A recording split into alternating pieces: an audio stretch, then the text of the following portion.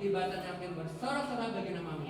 Dalam nama Tuhan Yesus Kristus yang siap memuji Tuhan, katakan amin. Haleluya. Kita berjoget sama-sama saudara. Amin. Hey, hey, hey.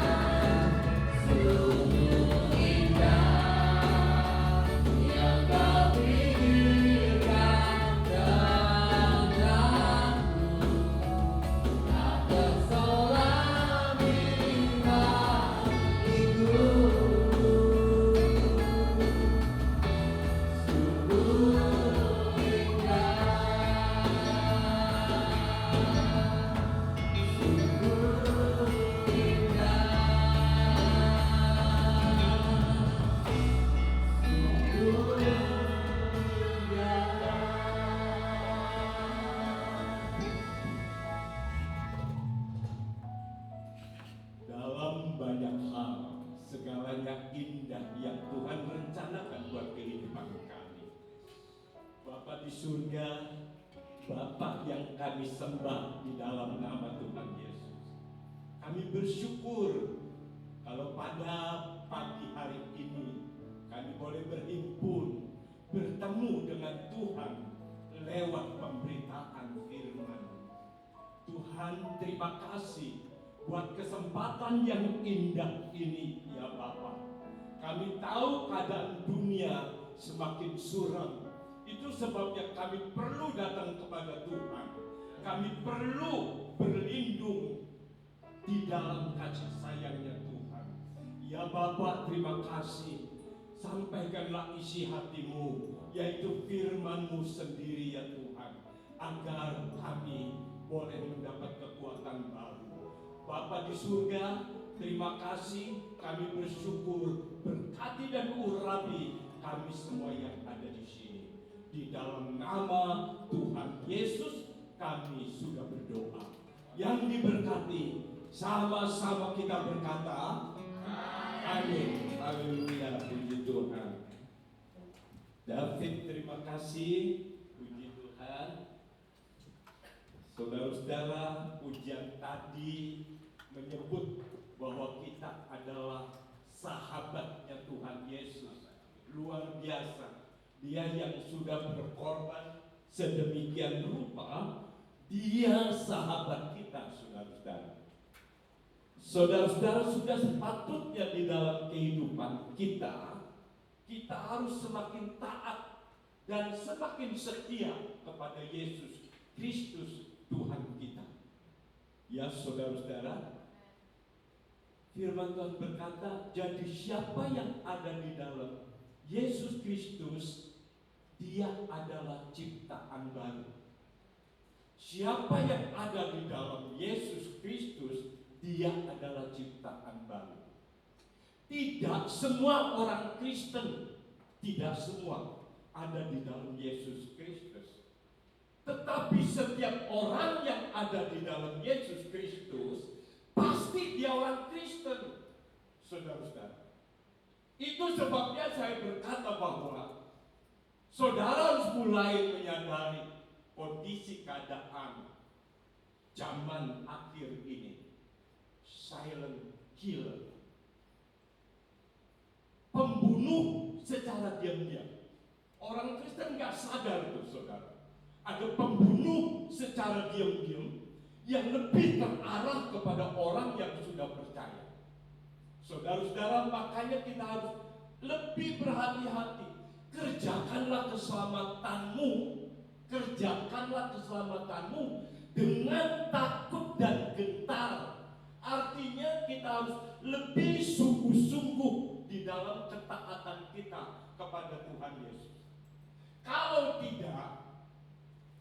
tidak, apa kata firman Tuhan? Kita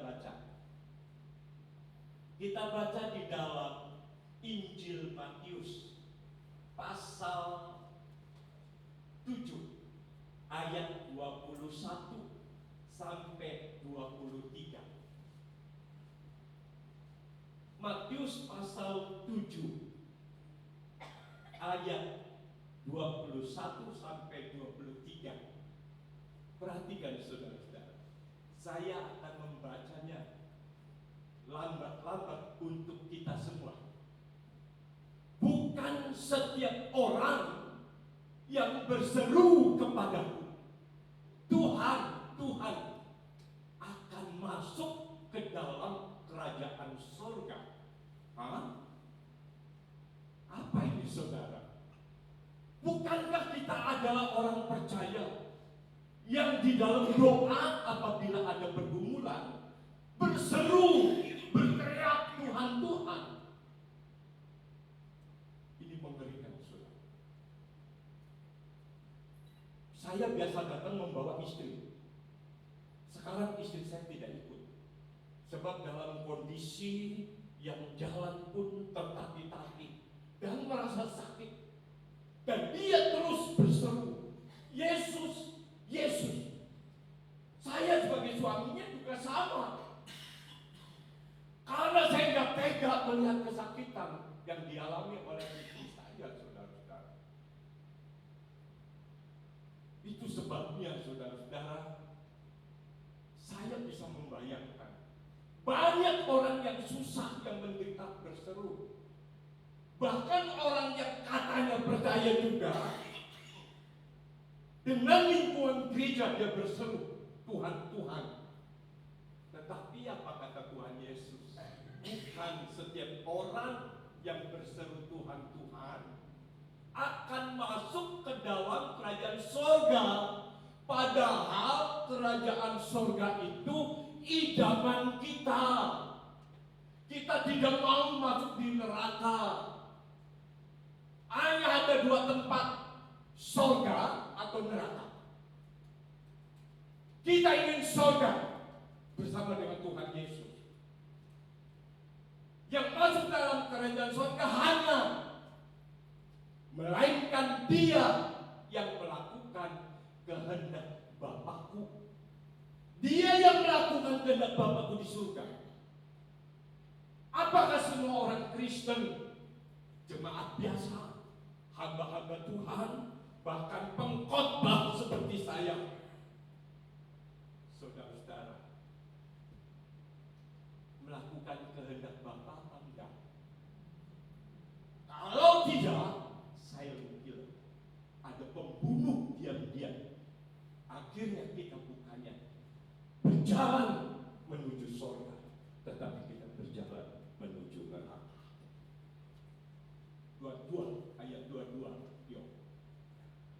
Pada hari terakhir, ini mulai nih menjelang hari-hari terakhir, saudara-saudara. Banyak orang akan berseru kepadaku, kepada Tuhan Yesus. Ini terutama hamba Tuhan, saudara. Jangan dulu hamba-hamba Tuhan merasa bangga. Tuhan, bukankah kami bernubuat demi nama-Mu? Tuhan, bukankah kami bernubuat? Saya tadi pagi buka kamus bahasa ini, kamus besar bahasa Indonesia. Bernubuat itu ya seperti termasuk khotbah juga. Pewahyuan yang dari firman diturunkan ke nabi-nabi, disampaikan kepada hamba-hamba Tuhan, lalu diberitakan kepada umat. Itu bernubuat, itu berkhotbah, termasuk saya berarti ini. Bukankah kami berkhotbah demi nama-Mu Tuhan? Jauh-jauh dari Lipo Cikarang sampai nyasar-nyasar ke pasar sana, saudara. Tapi apa yang bisa terjadi? Dan mengusir setan demi nama-Mu. Oh, kalau ada hamba-hamba Tuhan sudah bisa mengusir, membakar jimat-jimat, itu kayaknya itu luar biasa nih hamba-hamba Tuhan. Dan mengadakan banyak mujizat dilakukan oleh hamba-hamba Tuhan. Cuma dari jauh aja, saudara, orang bisa rebah. Lalu didatengin orang yang lumpuh bisa berjalan. Itu mujizat. Ini termasuk orang-orang itu yang berkhotbah, yang melakukan banyak pekerjaan Tuhan, mujizat, ngusir setan. Itu gak gampang tuh hamba-hamba Tuhan yang ngusir setan. Doa tuh mata gak boleh merem, saudara. Doa orang ngusir setan tuh mata kita ikut melek, takut ditonjok. Bisa nonjok tuh orang yang kesurupan. Ya, terus pada waktu itu aku akan berterus terang kepada mereka. Pada waktu itu tuh Tuhan tuh pada akhirnya berterus terang. Ditahan-tahan udah kasihan juga kali, mendingan dikasih tahu, ya. Berterus terang kepada mereka dan berkata, aku tidak pernah mengenal kamu. Tidak dikenal, saudara. Orang yang berseru-seru memanggil-manggil nama Tuhan, bahkan aktif dalam kegiatan segala pekerjaan Tuhan. Aku tidak kenal sama kamu. Aduh, bila saudara enak gak kalau sampai digituin? Enyalah daripadaku, kamu sekalian membuat kejahatan. Kalau menyala tuh ada gak sih? Enyalah daripadaku. Nggak ada tuh yang begitu. Yang namanya menyala itu enyalah. Itu tangannya tuh kencang. Enyalah daripadaku. Enyalah dari hadapanku. Kamu semua pembuat kejahatan. Lalu gimana tuh, saudara? Ini yang pas-pas berat aja nih bisa ditolak. Saya mau kasih contoh kesaksian diri saya. Saudara-saudara, ketika zaman-zamannya rame persekutuan doa, gereja belum rame. Gereja-gereja itu terbangun setelah ada PD persekutuan doa di Kelapa Gading, persekutuan doa di mana. Lalu pada akhirnya pengurus-pengurus itu membangun gereja. Nah, pada waktu itu saya dapat jadwal. Baru mulai seneng-senengnya khotbah.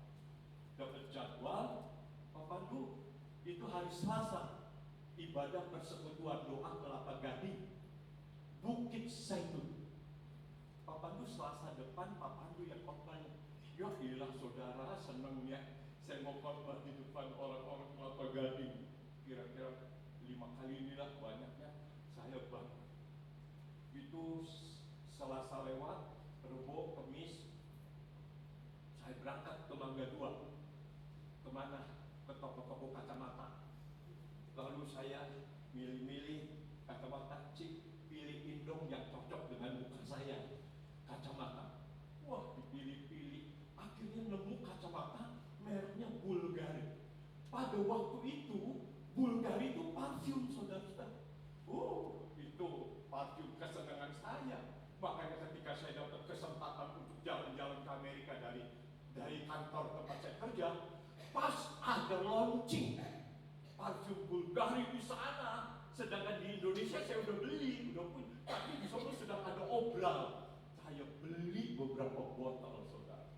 Jadi ketika kacamata bingkainya kayak emas ya, kayak emas, bukan emas saya kira, dipakai mereknya Bulgari, di batangnya itu mereknya Bulgari.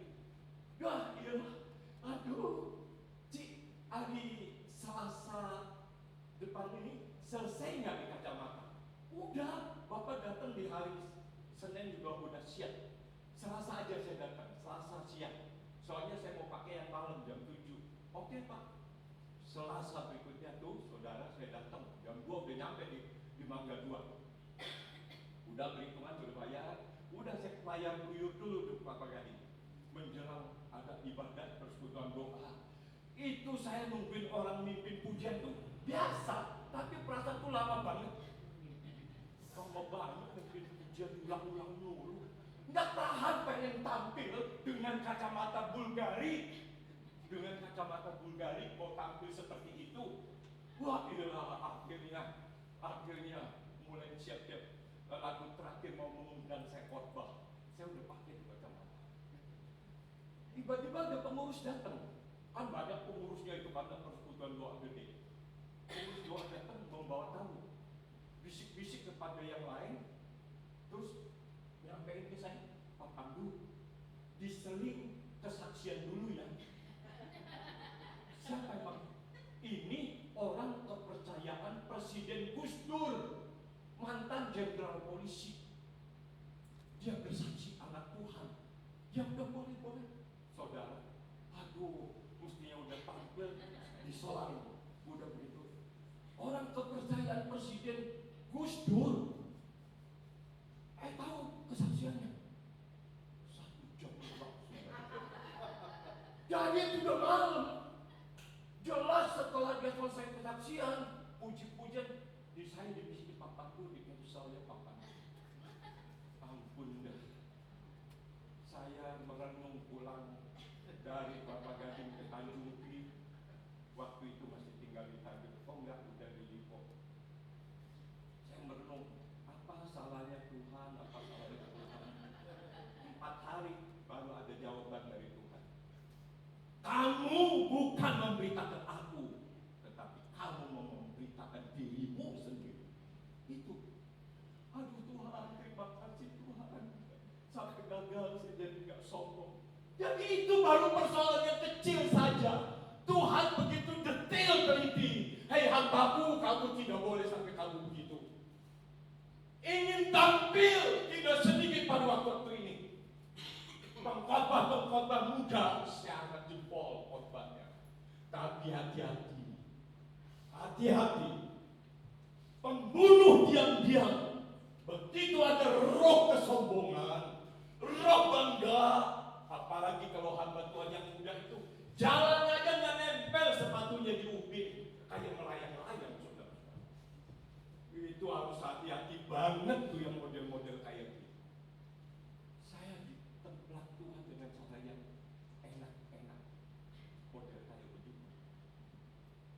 Jadi yang namanya penampilan itu, aduh, memang harus hati-hati kita ambil.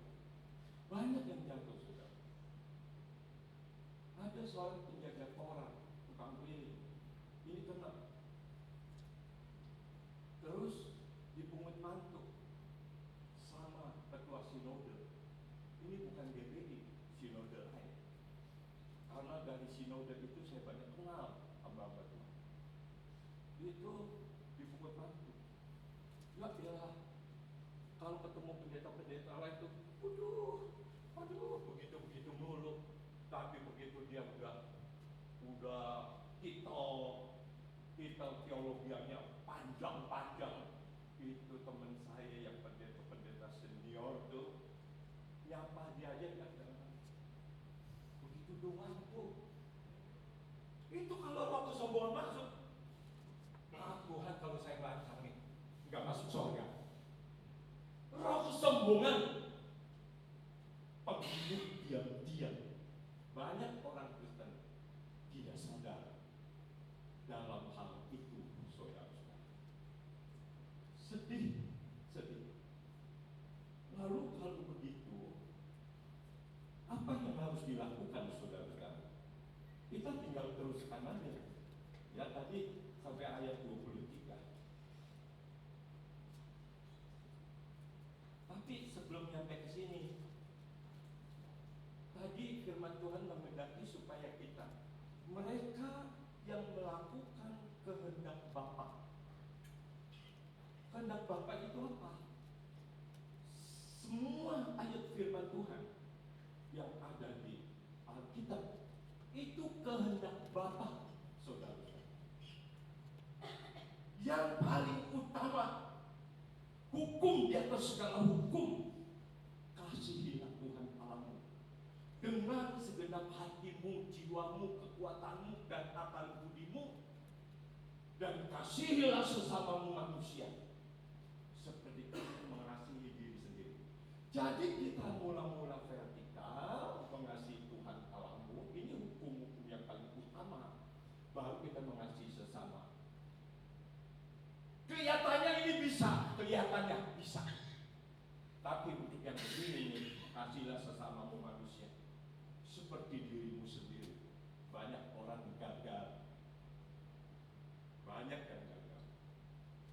Lah kalau seperti begini aja ya, yang begini-begini aja nih contohnya. Ini setiap itu harus ada contoh. Misalnya saudara punya seorang istri, pagi-pagi nyiapin air minum buat suami lagi pakai dasi dandan mau pergi kantor. Istri, Pak, ini rotinya tahu enak tahu enggak? Minum dulu ya banyak dia. Pintu depan pagar tuh, teng.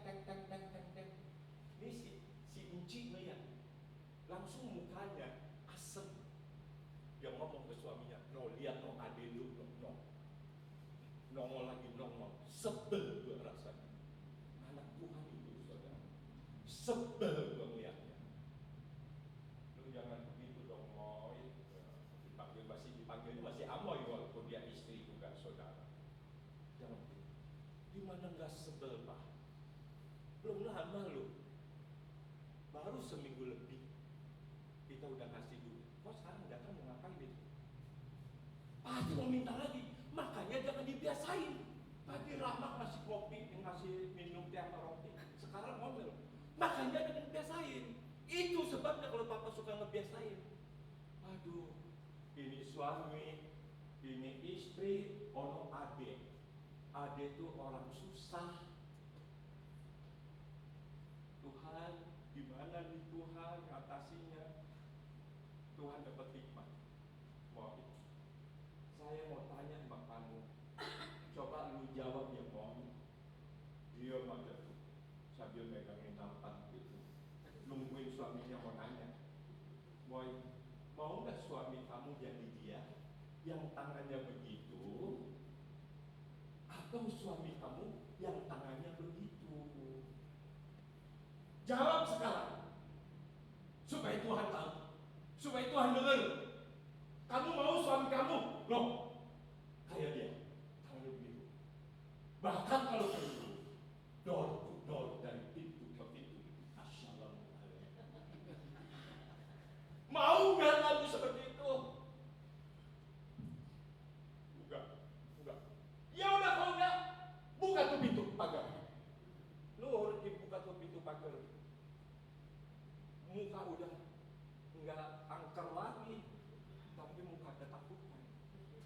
Kita nggak boleh lah. Kan mengasihi sesamamu manusia seperti dirimu sendiri. Itu Tuhan memberi hikmat kepada suami yang model kayak gitu. Ya saudara. Kehendak Bapa itu harus. Kita juga harus berpegang, saudara-saudara, bahwa orang yang mau taat kepada Yesus supaya nggak terombang-ambing dengan situasi dunia saat ini. Lihat aja, marak banget di kondisi negara kita, di korupsi yang marak banget. Aduh, saya melihatnya kayaknya aduh, gimana negara kita ini kondisinya udah kayak begini. Banyak doa, saudara, harus banyak doa. Kan kita udah hampir-hampir aja kan. Apa yang kita baca kayaknya reformasi jilid kedua. Lah reformasi yang ke-1 kan diawali dengan penjarahan, dengan segala macam. Itu waktu itu saya reformasi pertama saya udah kerja di Lipo Cikarang. Itu toko udah saya jual, Tanjung Priuk Cilincing, itu toko tuh udah saya jual. Saya nggak tinggal di situ lagi. Tapi kan adik-adik saya masih punya rumah di pinggir jalan raya Cilincing. Waktu ribut-ribut itu saya telepon, kamu di mana katanya? Aduh, kalau kita orang tersebut bukan kita takut banget. Di luar banyak orang. Udah kamu tenang aja, berdoa. Berubah sebelah udah diserbu tuh, ya udah kamu diam aja. Lama baru saya tadi gimana? Udah sepi. Ya udah kamu intip di luar, kalau sepi kamu buka pintu. Begitu dia buka pintu, saudara-saudara, di Kiamtang, tahu nggak sih Kiamtang tuh yang kayak dia kan harusnya buka toko tapi nggak buka toko. Itu Kiamtang tuh buat halaman depan rumah dia ada tulisan milik pribumi. Gede banget. Dia bingung siapa yang nulis nih. Rupanya tetangga belakang buat melindungi adik saya, ditulis pakai cat hitam itu milik pribumi. Nah, jadi baru selamat tuh, tidak ikut penjara. Sebelah depan semua habis, sampai sendok habis. Kalau sendok aja habis reformasi pertama, yang kedua apa yang dihabisin? Makanya ongyang banyak doa. Ini keadaan gak baik-baik amat tuh saudara-saudara. Ya, jadi kehendak Bapa itu ya kita harus mengasihi sesama manusia. Terus, kehidupan kita tuh ada buah. Kelihatan buahnya tuh orang yang sungguh-sungguh. Buahnya apa? Yaitu yang di Galatia 5 itu, buah Roh Kudus. Kasih, tuh diawali dengan kasih. Sukacita. Orang Kristen harus sukacita. Mula-mula harus ada kasih, sukacita, damai sejahtera. Ya. Terus apa lagi saudara-saudara? Kemurahan, kesabaran, kebaikan, kesetiaan, kelemah lembutan, dan penguasaan diri. Nah itu ada buahnya tuh. Diawali dengan kasih. Biar bagaimana juga kasih yang harus bergerak. Diakhiri dengan penguasaan diri. Kenapa? Soalnya orang Kristen itu kadang-kadang udah lulus di depan, udah mengasihi orang, kadang-kadang nggak ada penguasaan diri di ujungnya tuh. Sudah banyak nolong orang, tapi akhirnya banyak ngomong juga kemana-mana. Ya, lu belum tahu aja. Kalau bukan gua yang nyumbang itu gereja bangun. Nah, itu namanya nggak ada penguasaan diri. Kalau kita ada penguasaan diri, walaupun kita nyumbang banyak, kita nggak berani ngomong. Nggak berani tuh mulut kita keluar kata-kata seperti itu. Jangan lancang, kamu bisa nyumbang itu karena gerakan Roh Kudus yang bekerja pada kamu. Sebab kalau Roh Kudus nggak bekerja, kamu tuh jadi orang pelit, akhirnya masuk neraka. Orang pelit masuk neraka, saudara udah pasti tuh. Karena memang kita harus, kan di situ ada buah Roh Kudus tuh. Ada kemurahan, kesabaran, kebaikan. Kemurahan itu artinya murah gitu. Nggak hitung-hitungan lagi sama Tuhan, sama sesama. Itu nggak bakalan habis kalau kita nyumbang orang, saudara.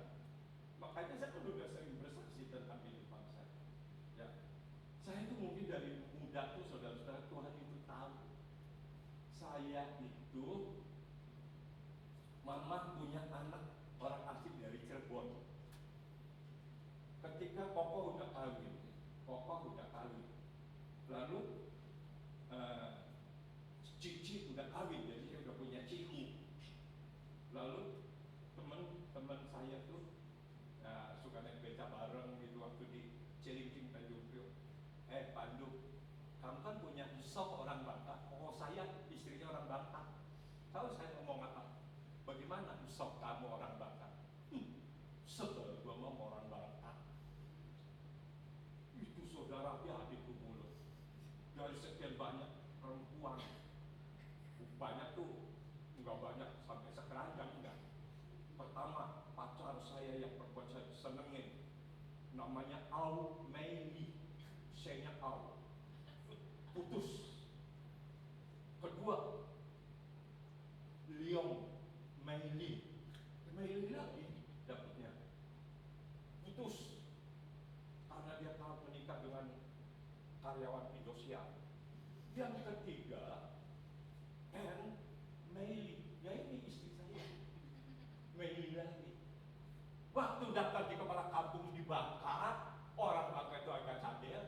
Tujuannya Mary, disangkanya ngomong Mary, makanya istri saya ditulisnya Ten Mary. Sebetulnya Mary. Biasa datang saudara-saudara. Itu saya putus mulu, ya mungkin karena dianggapnya saya kan orang susah. Ya, orang susah. Pas ada Ten Mary ini istri saya, Amoy yang dari Bangka merantau ke Tanjung Priok. Di Tanjung Priok, pemerintah DKI pembersihan keluarga asing. Istri saya itu WNA. Dia punya surat WNA-nya tuh gambar lapangan Tin Anmen itu. Ada situ berarti WNA. Ya ampun, dikejar-kejar sama petugas DKI itu saudara. Bawa gelang, bawa kalung, habis itu buat nyokok, dijual, nyokok. Mau pulang lagi ke Bangka. Zaman itu dia nggak naik pesawat zaman waktu itu, naik kapal laut, ya. Dia mampir di depan rumah papa saya, ada toko, itu familinya, dia di situ, nunggu kapalnya datang, dia di situ yang bantu nyapu. So saya meledek saya, cek mobil. No, ada boy Bangka mau pulang ke Bangka, cepetan diambil. Ya elah, saya pikir nih saya datang. Amoy beneran, Amoy loh, ini Amoy beneran. Dia yang dari pintu pegang satu, dia ngeliat di jalan raya, kan itu toko dia. Saya lewati depannya, tapi sambil mengalir kata-kata raya. Ngelamun aja Cik. Ke toko saya. Terus dia ngikutin ke toko. Cari apa Pak? Beli pastil dong, pastil cap pagoda tuh saya beli itu pastil satu kaleng tuh. Udah beli. Dapat berapa hari? Dan saya pengen godain lagi, datang lagi ke toko, mau lagi aja Cik, masuk lagi, mau beli apa? Pastil. Dan itu dia ngomong sama yang punya toko, familinya. Itu bapak tuh masa sih pastil 3 hari udah habis? Pastil kan isinya banyak, kan sudah habis. Lalu yang punya tokonya bilang begini, Mary, dari semua anaknya Om yang di depan itu yang paling baik. Jadi dia mulai tuh naruh harapan itu, kan dia godain kamu, berarti dia pengen tuh sama kamu. Nggak jadi tuh pulang ke Bangka. Kamu sambil jadi istri saya. Dan saya orang nggak punya papa. Papa saya rumahnya pinggir jalan. Kita ngontrak di rumah orang ya di Kalibaru Cilincing. Terus dia punya tanah kosong, dia bangun tuh, gitu. Emper tapi bentuknya rumah. Tapi kan dindingnya dia punya. Genteng ini sama genteng dia tulisan itu talang tuh gede banget tuh talang tuh. Jadi talangnya dari satu tuh gede banget. Buset, pernah hujan gede saudara, talang itu jebol. Saya sama itu kulit toko saya punya warung, punya toko. Orang kan jualan, jago jualan kan. Langsung begitu kami juga udah akhirnya disangka-sangka tuh dibetulin bisa. Tahu nggak? Makanya saya setia sampai sekarang. Sekarang saya umurnya 80 tahun lewat 3 bulan. Dia umurnya 77 tahun. Sampai sekarang saya cinta dia. Karena dulu waktu saya menikah Saudara, itu kan zaman dulu kan tempat tidur bukan kayak apa tuh, kayak tempat tidur yang mewah itu. Ranjang besi yang ada tiang-tiang 4 itu, langsung pakai kelambu. Sebab nyamuk di Tanjung Priok apalagi Cilincing, nyamuknya satu, temennya tuh yang tidur itu, saudara. Ya, jadi kita udah kalau tidur tuh sore aja kelambu aja masih harus disemprot-semprot. Udah gitu tidur. Dan malam kalau hujan bocor, kita berdua bangun, istri saya turun pergi ke dapur. Ini lantainya tanah, lantai dalam rumah itu tanah ke dapur. Saya kegulung kasur pengantin. Lalu itu dia bawa ember, bawa baskom, bawa apa segala. Ada itu di kasur, ada 2, belum yang di tanah, ya di kamar itu. Udah kita dudukin kasur yang digulung sama berdua istri, nyender, sambil dengerin musik yang paling merdu, bunyi tan. Begitu saudara, hidupnya bisa sampai segitunya. Nah lama-lama toko saya kan dari warung kan bisa jadi toko. Rumah itu dibeli, kita bangun, baru aman. Lantainya bukan keramik kayak gini, masih pakai tekstil yang warnanya abu-abu. Nah udah lumayan kan saudara, susah. Tapi saya tuh rupanya direncanakan oleh Tuhan untuk menjadi hamba Tuhan, pengkhotbah, diundang kemana-mana.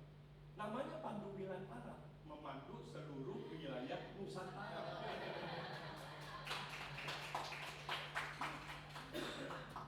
Nah, saudara-saudara, akhirnya sekarang diganti si Matupang. Siang malam nunggu panggilan. Kalau nggak ada panggilan nggak dapat amplop.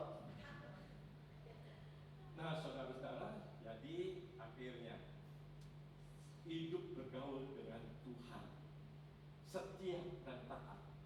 Itu kalau setia dan taat, saudara-saudara, jadi orang Kristen itu yang banyak pengalaman bersama dengan Tuhan Yesus. Jangan cuma jadi Kristen, nggak pernah punya kesaksian. Kesaksian orang Kristen mah sebetulnya banyak. Sebab harus hidup bersama dengan Tuhan Yesus. Itu kesaksiannya, saudara-saudara. Terlalu banyak itu, ya. Nah, lalu kita itu diajarkan tadi supaya kita hati-hati jangan untuk kesombongan, menampilkan diri apa ya. Kita sambung dengan ayat berikutnya, ya, dari Matius 7. Ada 2 macam dasar, ya. Ayat 24. Yo, ya, ini namanya yo juga di sana, yo. Ya, ayat 24. Setiap orang yang mendengar perkataanku dan melakukannya. Jadi ini yang dimauin Tuhan. Setiap orang yang mendengar perkataanku, ya. Saudara ini selalu mendengar perkataan Tuhan dan melakukannya, itu yang Tuhan mau tuh. Kamu jangan cuma nyembah-nyembah Yesus, tetapi melakukan itu yang Tuhan mau. Poinnya melakukan firman Tuhan, ya. Ia sama dengan orang yang bijaksana yang mendirikan rumahnya di atas batu. Terus 25. Kemudian turunlah hujan dan datanglah banjir, lalu angin melanda rumah itu. Tetapi rumah itu tidak rubuh, sebab didirikan di atas batu. Berikutnya, tetapi orang yang mendengar perkataanku, sering dengar khotbah, dan tidak melakukannya, saudara, ini banyak nih. Ia sama dengan orang yang bodoh. Jadi kalau yang tadi bijaksana, yang kedua orang bodoh, yang mendirikan rumahnya di atas pasir. Rumahnya didirikan di atas tanah, di atas pasir. Berikutnya, kemudian turunlah hujan dan datanglah banjir, lalu angin melanda rumah itu sehingga rubuhlah rumah itu dan hebatlah kerusakannya. Saya ingin menjelaskan ayat-ayat ini tapi diambil dari Injil Lukas. Karena cerita ini 2 macam pondasi ini ada di Injil Matius dan Injil Lukas. Lukas pasal 6. Coba Injil Lukas pasal 6. Ya.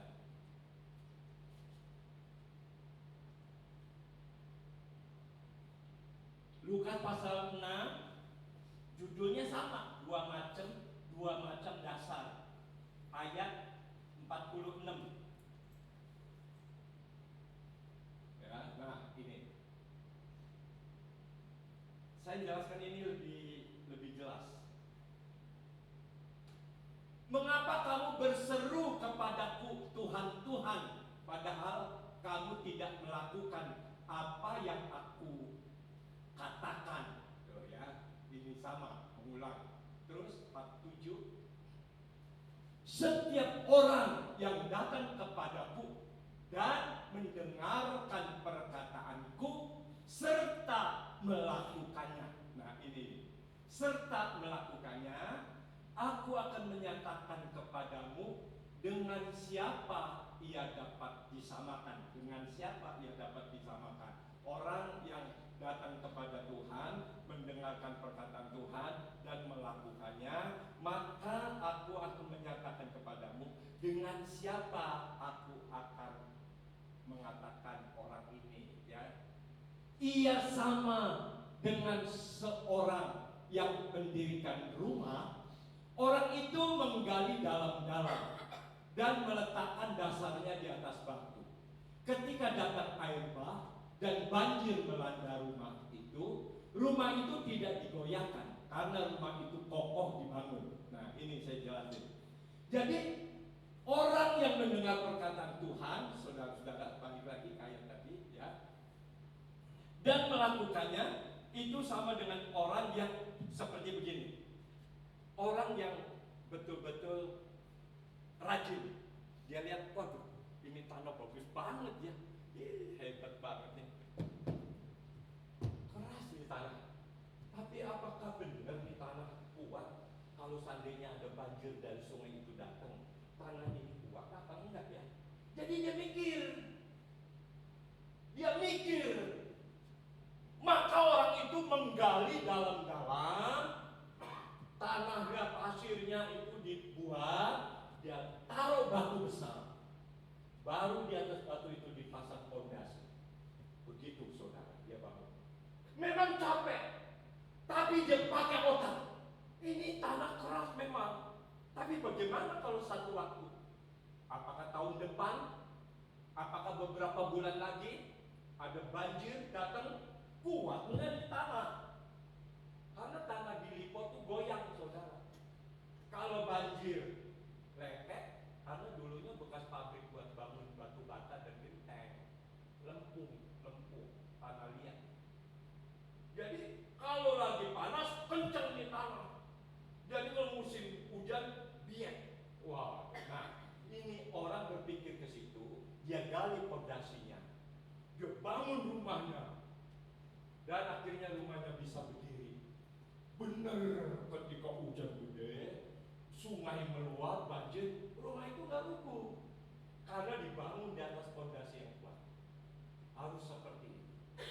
Orang Kristen harus berani sungguh-sungguh, bukan cuma rajin dalam pelayanan, tapi mau mendalami kebenaran firman Tuhan, mau mengerti apa maksudnya Tuhan. Kenapa Tuhan menghendaki saya setia dan taat akan firman-Nya?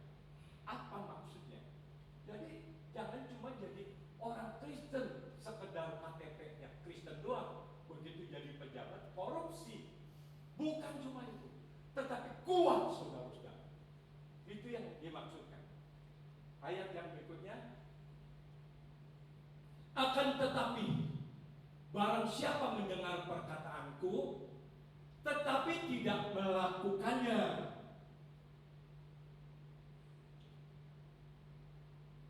ia sama dengan seorang yang mendirikan rumah di atas tanah tanpa dasar.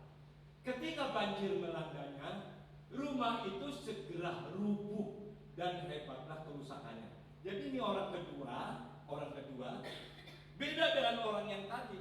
Orang kedua dia lihat tanah, wih, bagus banget dia, rata di tanah. Wah, ini enak nih bangun rumah ini. Cuma dia nggak mau mikir bagaimana kalau nanti ada hujan atau ada banjir. Oh enggak, ngapain buang-buang tenaga, buang-buang duit kayak orang itu tuh. Ngapain? Ini tanah keras begini, nggak mungkin ada terjadi apa-apa. Dia bangun langsung aja di atas ini, fondasinya di atas tanah, berdiri. Oh bagus. Memang rumahnya bagus. Lebih bagus dari rumahnya orang yang pertama tadi. Lebih bagus. Lebih bagus.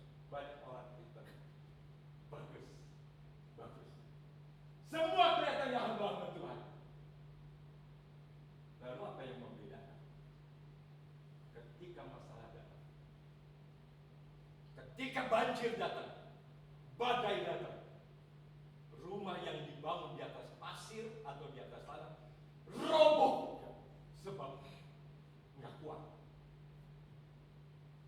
Orang Kristen yang namanya dia roboh itu bukan karena kesusahan aja, saudara. Hidup senang pun bisa membuat dia mati. Silent killer. Hidup senang. Coba, ada seorang pemuda, cobalah pelayanan ikut rajin. Saya harapkan bukan rajin pelayanan, luar biasa, rajin banget.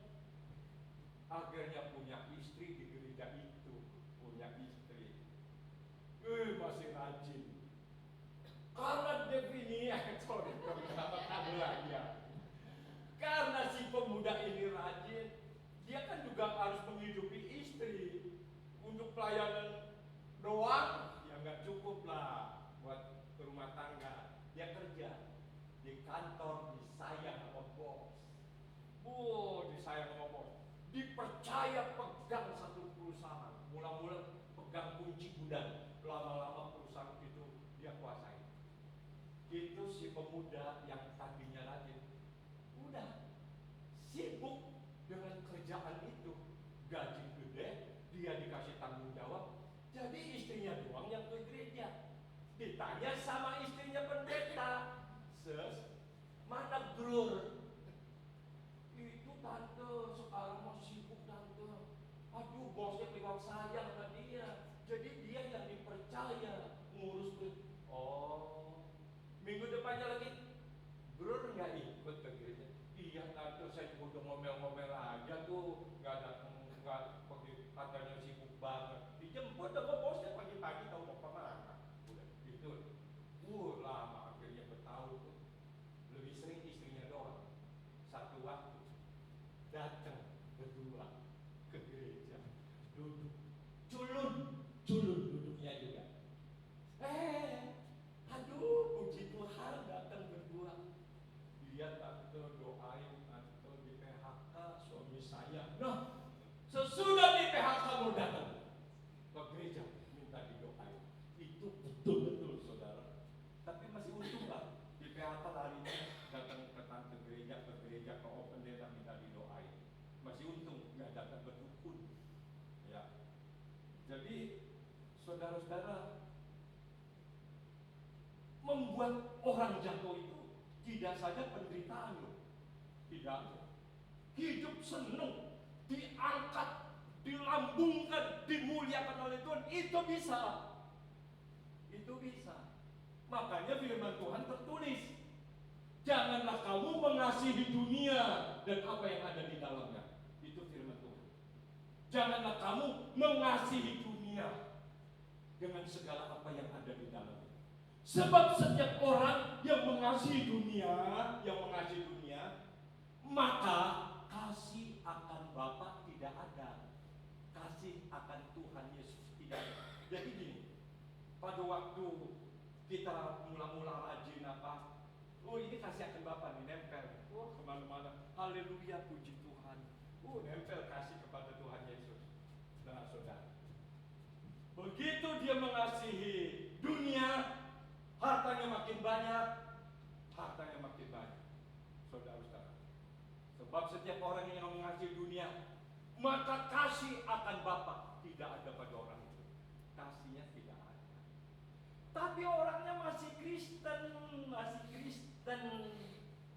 Walaupun kasih bapaknya itu udah nggak ada, tapi masih tampil, masih khotbah.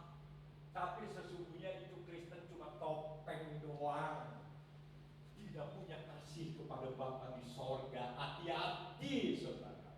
Kekayaanmu, silent killer, bisa membunuh diam-diam. Secara kasar. Itu bahaya. Di zaman-zaman sekarang ini, ayo kita semakin rajin, saling mendoakan, itu penting supaya kita kuat. Amin. Kiranya Tuhan memberkati kita semua. Haleluya. Kita tundukkan kepala dan kita berdoa. Pemuji dan juga pemain musik ke depan.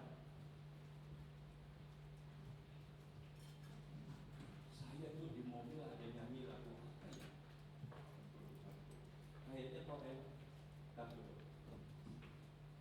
oh ini.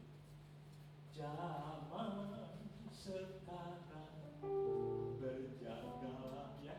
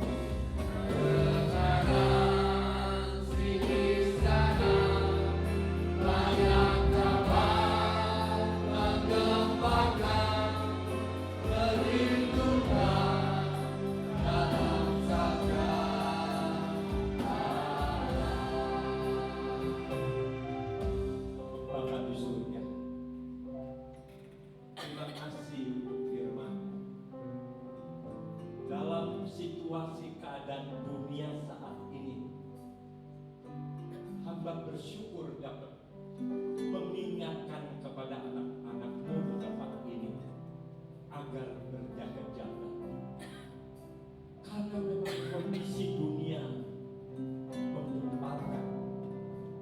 Kami perlu Tuhan, tempat perlindungan kami, gunung batu kami, perisai keselamatan kami. Tuhan Yesus, kami perlu Engkau. Jangan tinggalkan kami. Jangan biarkan kami berjalan sendiri. Tuhan, mari Tuhan bersama dengan kami. Biarlah Tuhan senantiasa menjagai kami supaya kami tidak jatuh. Bahkan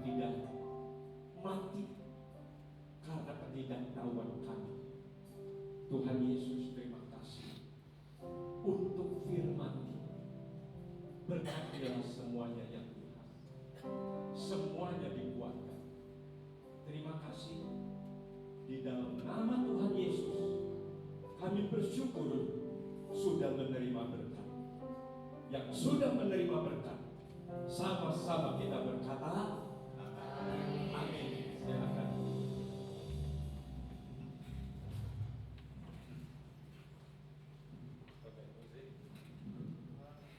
Berkata pemberitahuan Tuhan, amin. Kami segenap jemaat dan juga gembala sidang mengucapkan terima kasih kepada pelayanan Bapak Pendeta Pandu Wilantara. Tuhan lebih lagi memberkati pelayanan dan juga keluarga yang ada, lebih banyak lagi memandu ke seluruh wilayah Nusantara. Amin. Kita berdoakan lagi untuk persembahan dan kita lakukan sosial berdoa.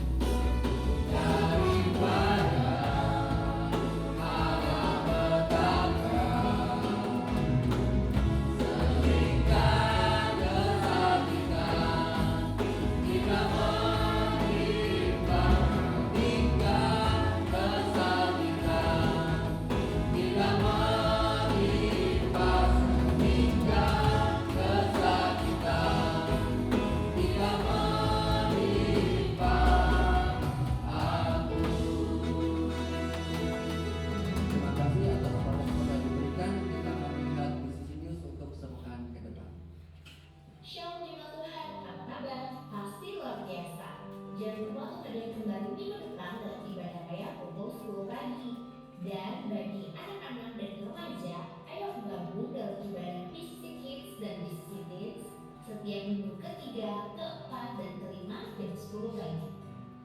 Ayo gabung dalam kegiatan tengah minggu DBI PCC, komunitas Rafah setiap hari Selasa minggu kedua, dan Draw Malam Gas Night setiap hari Jumat pada minggu kedua jam 7 malam. Kami rindu pendengar cerita dan setiap pergumulan jemaat Tuhan dalam layanan konseling dari hari Selasa sampai hari Jumat pukul 10 pagi sampai 4 sore di nomor berikut. Jemaat Tuhan yang merasa terberkati dengan firman Tuhan pada hari ini dan ingin share ke teman-teman, bisa banget loh didengarkan kembali di sisi podcast di Apple Podcast dan Spotify. Jangan lupa untuk follow Instagram gereja @blessing_city buat tahu info lebih lanjut mengenai diri Blessing_city. Dan jangan lupa untuk follow TikTok dan YouTube kami. Sekian untuk bisnis news minggu ini. See you next week and God bless you. Kita sama-sama berdiri, kita akan berdoa. Kau Allah yang dulu,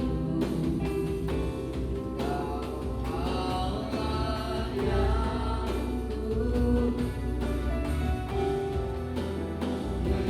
dibawakan sucimu dari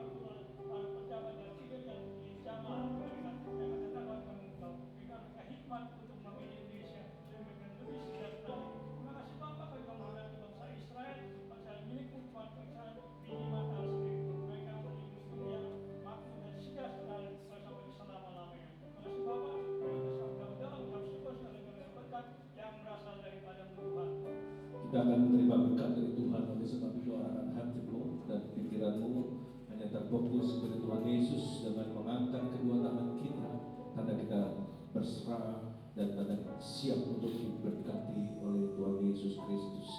Tuhan akan menyinari engkau dengan wajah-Nya, memberikan engkau kasih karunia-Nya dan kasih sayang-Nya. Sekarang pulanglah ke rumahmu masing-masing, Bapa, dan terimalah damai sejahtera dan sukacita daripada Yesus Kristus, serta berkat-berkat jasmani, rohani serta materi yang berlimpah daripada Bapa dari sejak sekarang